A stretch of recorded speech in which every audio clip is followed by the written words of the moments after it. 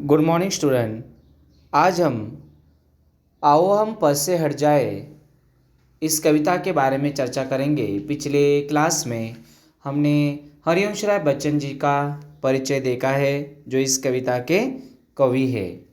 इनको हालावाद के जनक, हालावाद के हिंदी साहित्य में हालावाद के क्या है, ये जनक कवि श्री हरिवंश राय बच्चन जी है। Okay, yes. तो प्रस्तुत इस कविता में उन्होंने हमें ये बताया कि हमें पद से हटना है। लोग, बहुत सारी युवक और युवतियों की भीड़ आ रही है और वो मदमाते, नाचते गाते, जोर जोर से इस प्रकार चलते हमारी ओर आ रहे हैं। हो सकता है अभी देखिए वहाँ पे सड़क हो या फिर समुद्र के किनारे पर देखिए वो मदमस्ताते हैं, खुशी में घूमते हैं, झूलते हैं। तो उनके बीच में हम बाधा क्यों बने, हम पहले से ही उधर से हट जाएं, ये सोच यहाँ पर कवि हमें बताते हैं। अभी बुढ़ापे में और युवक और बूढ़े इंसान एक जैसे रह सकते हैं क्या? युवकों में जो शक्ति ताकत होती है, हाँ, ज्ञान की ओर से हम तुलना नहीं कर सकते देखिए उनकी, लेकिन ताकत, बल जो होता है वो बुढ़ापे के साथ साथ सब कुछ, शरीर के अवयव आदि जो है वो भी स्वस्थ हो जाते हैं। ओके, तो प्रस्तुत कविता में कवि ने हमें ये बताया कि वर्तमान समय में जहाँ सब कुछ बदल चुका है, हमारी नई पीढ़ी भी उमंग और उत्साह से सराबोर नई ऊंचाइयों को छूने के लिए तत्पर है। देखिए आज वर्तमान में कैसे स्थिति है, उत्साह, उमंग हो या फिर नए पीढ़ी का जो बदलाव इन्होंने बताया। देखिए जो बदलाव आया है, धरती नहीं बदली है, प्रकृति अपने जगह पर ही है, दिन बदले नहीं हैं। रोज़ सूरज उगता है तो पूरब में, पश्चिम में ढल जाता है, वो अपने स्थान पर ही, मतलब जैसे है वैसे ही कार्य कर रहा है।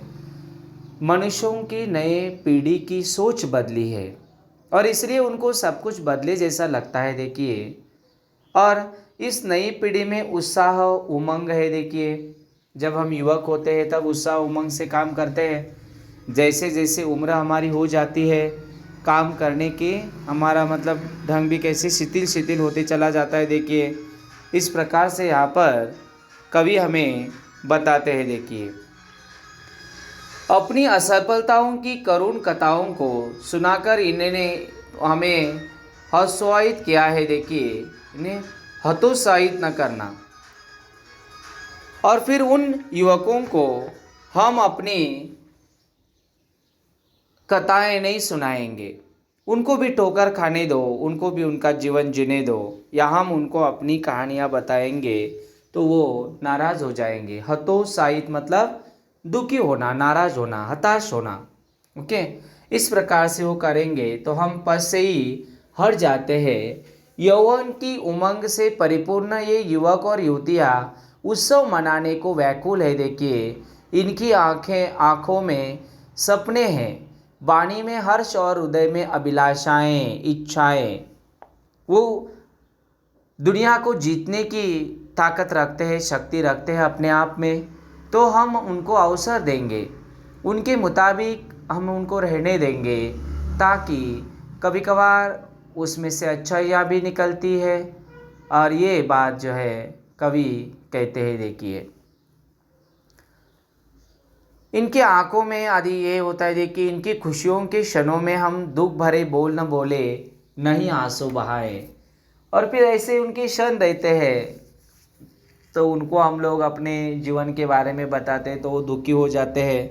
हाँ, उनको हमें वैसे नहीं कहना है, बल्कि उनको जब भी अवसर वैसा उचित मिलता है, हाँ, या वो जब नाराज़ होते हैं, किसी इसमें उनको कामयाबी नहीं मिलती और फिर हताश होकर वो कुछ गलत सोचते हैं, तब उनको हम लोग ये सारी बातें अपनी सुना सकते हैं। नहीं तो नहीं सुनाना है, खामोखाम उनको परेशान करने के लिए, इसके लिए ऐसे एक लोग कैसे होते हैं अपने जीवन में, हमने कठिन सब ये किया है तो इनको भी वैसा करना चाहिए। हाँ, हिटलर की तरह नहीं होता है वैसे। हाँ, अरे क्यों, उस समय की स्थिति वैसी थी। अभी पहले हम चलते जाते थे, चलते आते थे, अभी समय को हम लोग थोड़ा ज़्यादा महत्व देते हैं। तो पहले क्या समय को महत्व नहीं था क्या? था, लेकिन वो दिन वैसे थे, सभी लोग वैसा ही व्यवहार, वैसी ही बातें आदि करते थे। तो समय के अनुसार हमें अपने आप में भी परिवर्तन लाना कभी कभार उचित होता है। देखिए, विचार सोच हमारी वैसे ही रखनी होती है, थोड़ा बहुत ही ढंग उतना ही बदल जाता है। देखिए, तो आओ हम पथ से हट जाए, आओ हम पथ से हट जाए, पथ रास्ते से।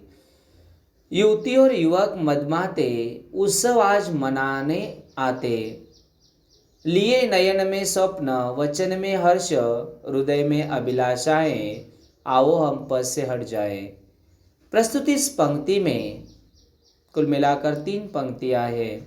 तो इसमें उन्होंने बताया है, युवक और युवतियां उत्साह से मदमाते आ रहे हैं उत्सव मनाने के लिए, उनको खुशियां मनानी है, उनकी आंखों में सपने हैं, वचन में उनके हर्ष है, हंसते हंसते किसी को बोलते हैं सब कुछ, हाँ, और हृदय में उनके अभिलाषाएं मतलब इच्छाएं हैं। देखिए, और उसके अनुसार वो कार्य करते हैं। तो आओ हम पथ से हट जाए, इस प्रकार से यहाँ पर कवि कहते हैं। देखिए, हमें पथ से हटकर बाजू मतलब बाजू हाँ जाना है। मतलब उधर से बाजू में किधर, तो उधर जाना है ताकि उनको अच्छे से रास्ता मिले। अगली पंक्ति में देखिए वो क्या बोलते हैं, इनकी इन मधुमय घड़ियों में, हास लास की फूल झड़ियों में, हम न अमंगल शब्द निकाले, हम न अमंगल अश्रु बहाएं, आओ हम पथ से हट जाएं। अभी उनका कैसे मधुमय घड़ी समय चल रहा है उनका, अच्छा है काल, हास लास की फूल झड़ियों में हंस रहे गा रहे हैं, और उस समय जाकर किसी के कोई शुभ कार्य करने जा रहा है, उधर जाकर हम लोग रोएंगे या मातम कुछ मनाएंगे तो कैसे होगा, उचित नहीं है ना। यस, तो हम ना अमंगल शब्द निकाले, और कभी कभार हमें अमंगल शब्द भी नहीं निकालने होते हैं।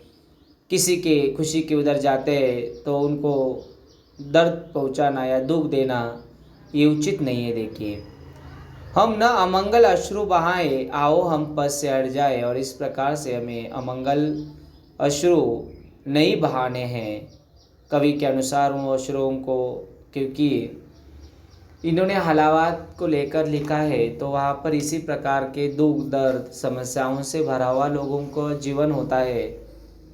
तो ये जो कविता है ये नव युवक युवतियों के लिए है ना, कि उनके साथ हमें फिर कैसे करना है, उनके सोच विचार, उनके भाव आदि को लेकर बताया गया है। देखिए, ओके, यस।